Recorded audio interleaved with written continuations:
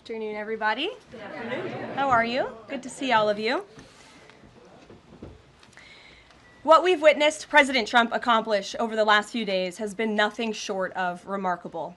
We are now 3.5 years into the war between Russia and Ukraine, a brutal conflict that has claimed hundreds of thousands of Russian and Ukrainian lives and cost trillions of dollars.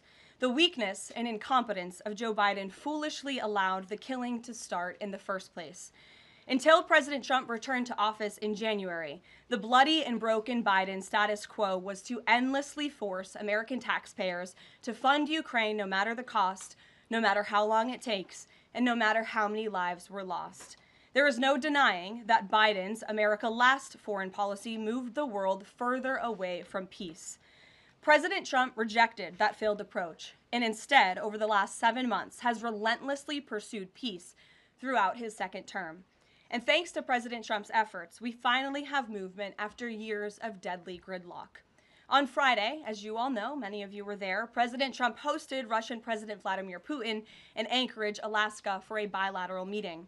This was the first time President Putin has been to the United States since 2015, and the first time he has met with an American president in years.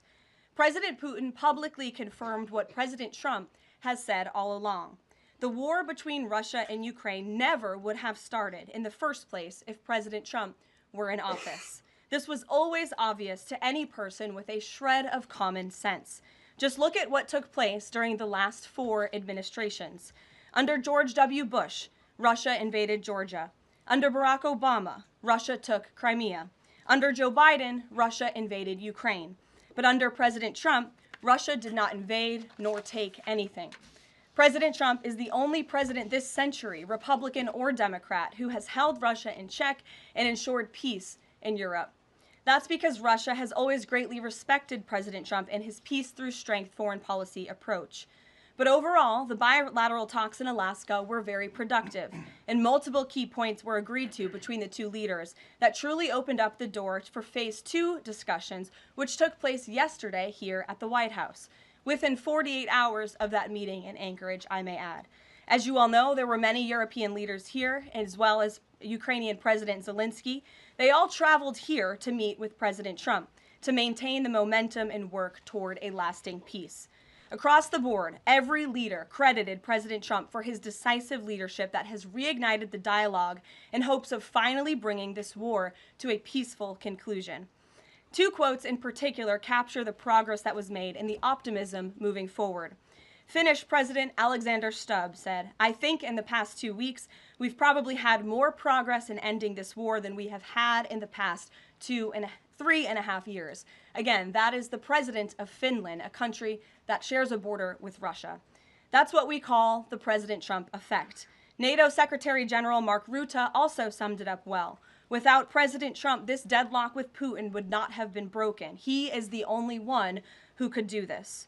Following the encouraging conversations yesterday, President Trump spoke with President Putin by phone, and he agreed to begin the next phase of the peace process, a meeting between President Putin and President Zelensky, which would be followed, if necessary, by a trilateral meeting between President Putin, President Zelensky, and President Trump. As the president said, Vice President Vance, Secretary Rubio, and Special Envoy Witkoff will continue to coordinate with Russia and Ukraine to make this happen as soon as possible. It's very important to remember that before President Trump's landslide victory last November, there was no end in sight to this bloodshed. Now, there may finally be light at the end of the tunnel and an opportunity for lasting peace. That's because President Trump is the peace president, and American leadership is back on the world stage. It should not be lost on anyone in this room that world leaders are coming right here to Washington, D.C. for help. While previous presidents have traveled halfway around the world to apologize for America, President Trump stands up for America, and he has firmly restored America's status as the undisputed leader of the free world. However, one thing that has absolutely not changed is the media's negative and downright false coverage of President Trump and his foreign policy accomplishments. From the beginning of this entire process, much of the left-wing media has been actively rooting against the President of the United States in the pursuit of peace. Initially, the media ridiculously claimed that President Trump was somehow beholden to Russia for even agreeing to have a face-to-face discussion with President Putin inside of the United States. The media said President Trump was making a grave mistake by, quote, legitimizing Putin. They were aghast that President Trump would treat another world leader like a world leader. The media relentlessly attacked President Trump and claimed he suffered a, quote, major defeat for not immediately emerging with a final agreement, even though he said heading into that meeting, this was a meeting to listen and to understand how to move the ball forward. All weekend following those historic U.S.-Russia bilateral talks, we listened to clueless pundits on television trying but failing to claim that the president had failed. The so-called experts in the foreign policy establishment, whose record is nothing but endless wars, trillions of wasted taxpayer dollars, and dead Americans, have the nerve to try and lecture President Trump, who has solved 7 global conflicts in 7 months, about peace. This is the same president, by the way, who brokered the Abraham Accords in his first term, on top of more than half a dozen other peace deals this year alone, as I just said. We also saw yesterday the president of Ukraine and all of the other major leaders of Europe fly across the Atlantic Ocean to meet President Trump at the White House because of the progress that was made, and that, if you ask the media, failed meeting, but it was not. It was highly productive and it was successful. This is why Americans' trust in the mass media is at a lowest point in more than 5 decades. Diplomacy is a delicate process, and instead of reporting the facts about what is happening here at this White House and what is happening between this president and other leaders around the world, many outlets in this room continue to try to actively undermine the president and sabotage the efforts towards peace. That is why I felt the need to set the record straight. In other news, on the home front, President Trump's efforts to make D.C. safe again are working. There have been a total of 465 arrests since the start of this operation on Thursday, August 7th. Last night, there were a total of 52 arrests, including the arrest of an illegal alien MS-13 gang member with convictions for DWI and drug possession. Thanks to President Trump's leadership and the outstanding work of both federal and local law enforcement, dangerous gang members like the one picked up last night will not be allowed on the streets of our nation's capital. Other arrests last night included assault with a deadly weapon for stabbing, parole violation for robbery, murder, outstanding warrant for attempted murder, assault on federal law enforcement officer, and felony assault. 4 more homeless encampments were also removed during yesterday's reporting period. To date, a total of 48 homeless encampments have been cleared in Washington, D.C. by multi-agency teams. MPD patrol units are actively working with city officials to locate and clear additional encampments and remove homeless residents off of Washington's streets. And despite fake narratives from the media, again, a significant number of the arrests have been in high-crime areas of D.C. In fact, nearly half of all of the non-illegal alien-related arrests have occurred in wards 7 and 8, the 2 wards that have the highest number of violent crime, as well as homicides and assaults with dangerous weapons last year. So while Democrats continue to coddle violent criminals, President Trump and this administration are focused on putting them behind bars and unapologetically standing up for the safety of law-abiding American citizens, and the White House will continue to provide all of you with the results of this operation in the days ahead. So with that, I will take your questions today. Here in our new media seat today, we have Jack Posobiec, who joined us in Anchorage, Alaska last week. Jack, thanks for being here. Why don't you kick us off? Karoline, thanks so much. So a couple of questions regarding the status of these peace talks. Obviously, we saw the President and President Putin there in Anchorage. We saw the world leaders here yesterday with this summit. We've heard phrases like coalition of the willing. We've also heard Article 5-like guarantees.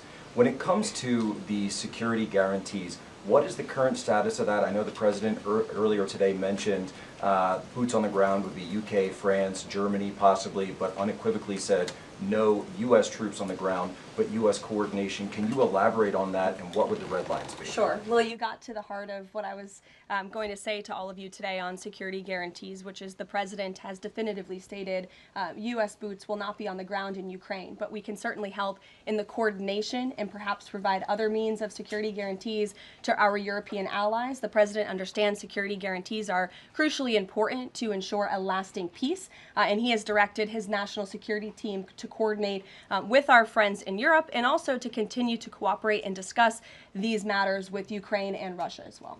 Karoline, now, have the Russians responded at all? I know we spoke with President Putin last night. What has been their response? Because we've heard some reports from the Kremlin and others saying they're unequivocally against NATO troops on the ground. Well, look, the president continues to have these conversations with both leaders. Those conversations took place in Anchorage, Alaska, again yesterday with the Europeans and President Zelensky, and he has directed his team to come up with a framework for these security guarantees that can be acceptable to help ensure a lasting peace and end this war. And then just last question real quick on this.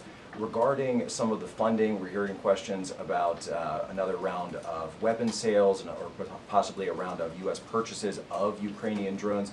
Will that money be funded by the U.S. taxpayers? Are we finally going to see an end to the U.S. taxpayer-funded, seemingly endless mandate for these foreign wars? Well, the president is very sensitive to the needs of the American taxpayer, and immediately upon entering office back in January, he made it very clear that we're not going to continue writing blank checks to fund a war very far away, which is why he came up with the very creative solution to have NATO purchase American weaponry, because it is the best in the world, and then to backfill the needs of the Ukrainian army and the Ukrainian people and their military. So that's the solution the president has came up with. We'll continue to see that forward. As for any additional sales, I'll have to defer you to the Department of Defense. Thanks, Jack. Kelly. What has President Trump learned that tells him that Vladimir Putin would be willing to make a deal for him, for President Trump? Well, the president has learned a lot, which is part of the reason he opened up this dialogue.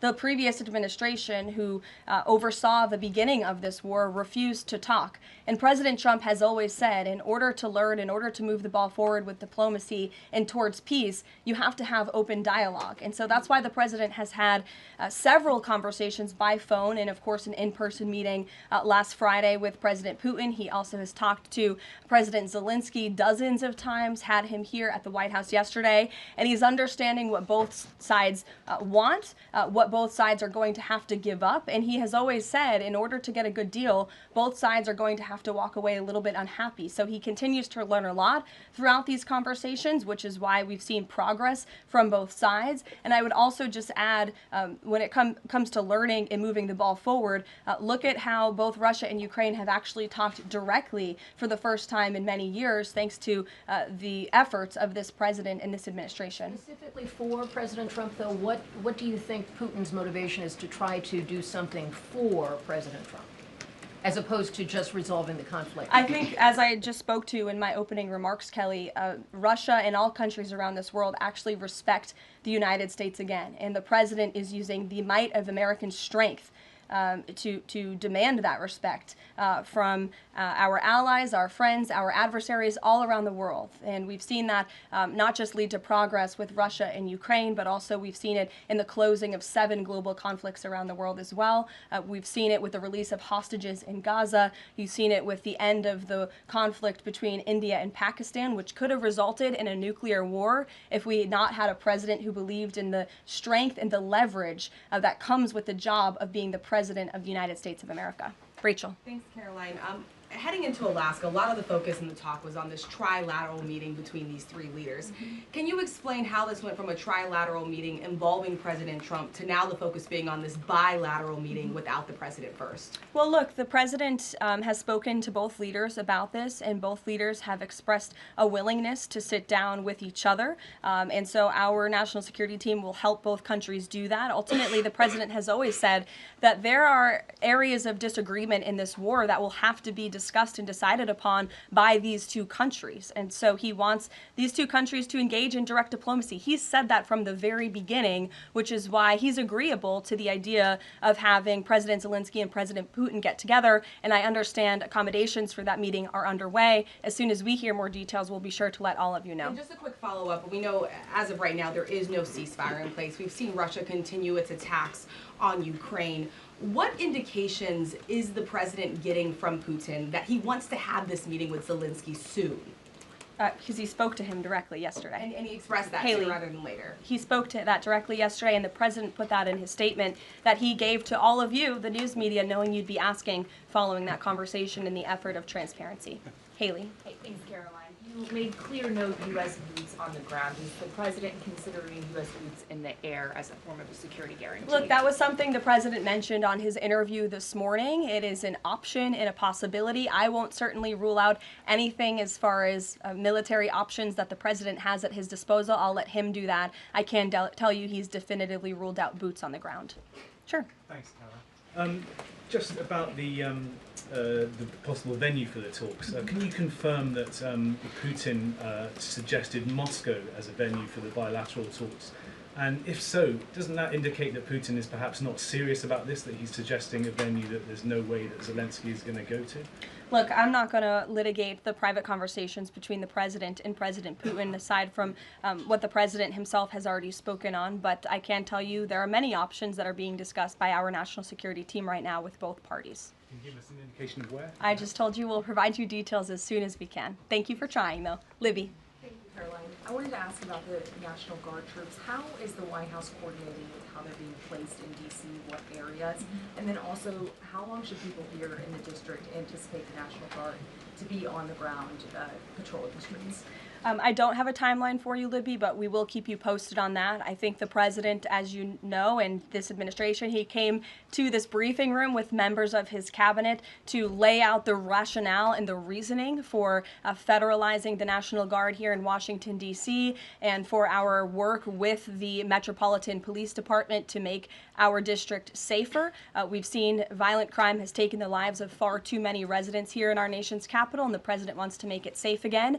And as for the coordination efforts, this interagency team is meeting and talking daily. In fact, there's a meeting taking place right now in the West Wing with members of the interagency task force to continue to discuss not just the National Guard deployment, but also how we can continue to remove public safety threats off of the streets of Washington, which, as the numbers I just showed you prove, they are doing every single night. I will just reiterate, 465 total arrests and counting since the start of this operation. I believe 11 or 12 days ago, I'll have to check the calendar, but those are pretty remarkable results. If not for this task force and their high level of coordination and the leadership of this president, there would have been 465 more violent criminals on the streets of this capital that you all live in every day. So I think we should all be very grateful for that. Stephen. Thank you, Caroline. 3 questions about the D.C. crackdown. Sure. First, I was wondering if you could clarify something President Trump said. He mentioned getting rid of the slums where criminals live. Was he talking about tents or permanent residential buildings? And then the mayor has expressed an interest in clarifying how much of a focus illegal immigration enforcement is as part of this crackdown. Can you say anything about that? Sure. And third, any preview on the beautification? 3 questions. I'll try to answer all 3 of them pointedly for you. First, when it comes to what you said, and the president said, the slums of Washington, D.C., he's referring to the most dangerous communities, neighborhoods, and streets in this city where, unfortunately, violence has ravaged these communities and taken the lives of, again, far too many law-abiding D.C. residents. We know on July 5th of this year, just more than a month ago, a 3-year-old beautiful young girl was shot and killed in her car with her family in one of these communities, which is why there has been a surge, despite what many of you have been falsely reporting. And I believe it was the Washington Post who put out a map claiming it to be fact-based when it was just based on, I don't know, accounts that they've heard on the street, not actual statistics and data. So we went and reconfigured the numbers, and as I said, nearly half of all the non-illegal alien-related arrests have occurred in wards 7 and 8 in the District of Columbia, where we know, excuse me, there's the highest rate of crime. So we'll continue to do that. And what was your second question, Stephen? Legal immigration, how much of a focus that is? Yeah, look, I mean, the focus is to make D.C. safe and beautiful and to remove public safety threats and violent criminals from our streets. If federal law enforcement, with the help of the Metropolitan Police Department, come across illegal aliens, of course, we are going to abide by this administration's policy of law and order, and we are going to remove illegal criminals from our nation's capital. They will be detained and deported, just like they are in every other community across the country. Kristen. First question is, whose idea was it to change the next steps from a trilateral to a bilateral meeting? It was an idea that evolved in the course of the president's conversations with both President Putin, President Zelensky, and the European leaders yesterday. And as you saw, Kristen, with all of those European leaders leaving the White House, including the NATO Secretary General, they all agreed that this is a great first step. And it's a good thing that these two leaders are going to be sitting down together, and the president expects that to happen. And how long is Trump willing to wait and operate in good faith for Putin to actually arrange a meeting before he intervenes? Look, the president has put tremendous public pressure to bring this war to a close. He's taken actions, as you've seen, sanctions on India and other actions as well. He's made himself very clear that he wants to see this war end, and he has scoffed at the ideas of others that have been raised that we should wait another month before any meeting takes place. The president wants to move, and he wants to bring this war to an end as quickly as possible. Just a clarification on something you said earlier about Putin agreeing to the meeting. The Kremlin seemed to indicate that Putin did not firmly agree to a bilateral. Did he agree to have a sit-down with just Zelensky on the phone? I can assure you that the United States government and the Trump administration is working with both Russia and Ukraine to make that bilateral happen as we speak. Sean. Hey, if the point is to get everybody on the same page, why wouldn't Trump just take the call from Putin while the other leaders were in the room? He said it would be disrespectful to do that. But why is it disrespectful? With all due respect, only a reporter from the New York Times would ask a question like that, Sean. The president met with all of these European leaders at the White House 48 hours after sitting down with President Putin on American soil. In fact, there was so much progress in the readout that was given to these European leaders immediately following his meeting with President Putin that every single one of them got on a plane 48 hours later and flew to the United States of America. And if I could just read for all of you some of the statements from those European leaders yesterday, you had President Zelensky himself saying it was a very good conversation. It was really good. We spoke about very sensitive points.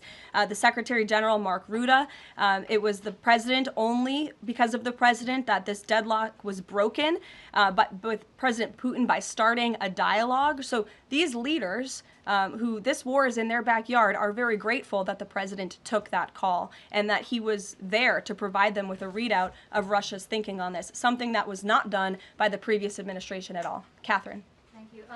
Is the White House looking at Budapest as a possible location? I'm not going to confirm or deny locations. We'll provide you with details as soon as we can. Just following up on Kristen's question, I understand that the White House is working and allies are working to make this meeting happen, but did Putin promise to do a meeting with Zelensky, a direct meeting, in the coming weeks? He has, and I just answered that question for you. Franco. Thanks. I just want to clarify. So you are saying that President Trump is considering U.S. pilots and U.S. aircraft potentially supporting European or Ukrainian forces? The president spoke to that himself this morning when he called into Fox and Friends, and I would defer you to his answer. You can read it directly yourself. In addition, can I ask, no boots on the ground, Steve Witkoff's talking about Article 5-like security guarantees. Can you talk about what other Article 5-like security guarantees that are being considered if it's not boots on the ground? These are very sensitive diplomatic discussions that are currently taking place literally as we speak. So I will leave it to the national security team, and I'll leave it to the president to have those private discussions with these leaders as we try to bring this war to an end. And can I ask one Mary more? Margaret, go ahead. Thanks, Caroline. Two questions, if that's okay. So on these meetings, I know you said that the trilateral will take place if necessary. Do you think that we might not need the trilateral and that Zelensky and Putin might come to this conclusion on their own? And then as a follow-up, I know the president said on Fox News this morning that he's partially seeking peace in order to get to heaven. Was he joking, or is there spiritual motivation behind his peace deals here? I think the president was serious. I think the president wants to get to heaven, as I hope we all do in this room as well. Annie. Thanks, Caroline. I'm just shifting gears to the Department of Justice for a minute. Can you walk us through why another deputy FBI director was named? Does Trump have any displeasure with how the FBI has been being run to date? And then I have a question about the antitrust division. No, Andrew Bailey is extremely qualified. As you know, he's been serving with honor as the Attorney General of Missouri, and he's been brought on as another set of very credible and experienced hands to work alongside the current Deputy Director, Dan Bongino, under the leadership of the Director, Kash Patel, and the Attorney General, Pam Bondi. And the FBI has been doing a tremendous job. We've seen their agents out on the streets as part of this interagency task force here in Washington. But the crime that they've been stopping here in Washington, they've been doing this for 7 months all across the country. In fact, there's been 19,000 arrests by the FBI nationwide. That's more than double last year in the same time period. Of those, 1,600 arrests were for violent crimes against children. 4,000 child victims have been rescued by this FBI under this current leadership. 1,000 arrests from investigations of foreign terrorist organizations. There's been 1,500 kilos of fentanyl seized. 6,300 kilos of meth have been seized. And 3 of the top 10 most wanted have been arrested so far. Not a single one of the individuals on the top 10 most wanted list were arrested under the previous administration. We've arrested 3 in 7 months. So when you're actually working and enforcing law and order, you need all hands on deck. And so we look forward to welcoming Andrew Bailey to this new post. Jackie. I have a quick question about Roger Alfred, who's a former DOJ official. He gave a speech in Aspen yesterday where he said that senior DOJ aides are cutting deals with favored lobbyists. I'm wondering if the president has any concerns at all with the way the antitrust division is working. I have no idea who that individual is. I don't know why he made those comments. I don't know what basis he's making those comments on. My instinct tells me it's not true, but we will definitely look into them and I'll get you a response. Thank you, Caroline. Jackie. Thanks, Caroline. Since the president often says that this war would not have started if he were in office, and True. and Putin confirmed that. It's true. Do you accept that as truth? The Probably. European leaders do.